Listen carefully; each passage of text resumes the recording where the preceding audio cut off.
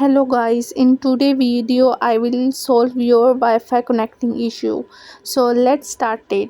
So first you have to open your Wi-Fi network and try to connect your password. So let me type my Wi-Fi password.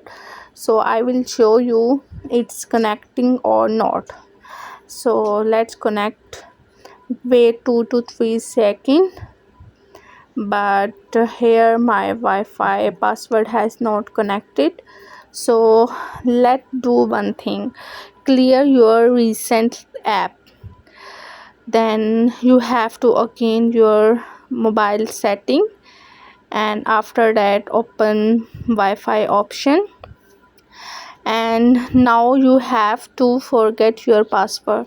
So let's do it. You have to forget. Then after forgetting your password, you have to go to advanced option.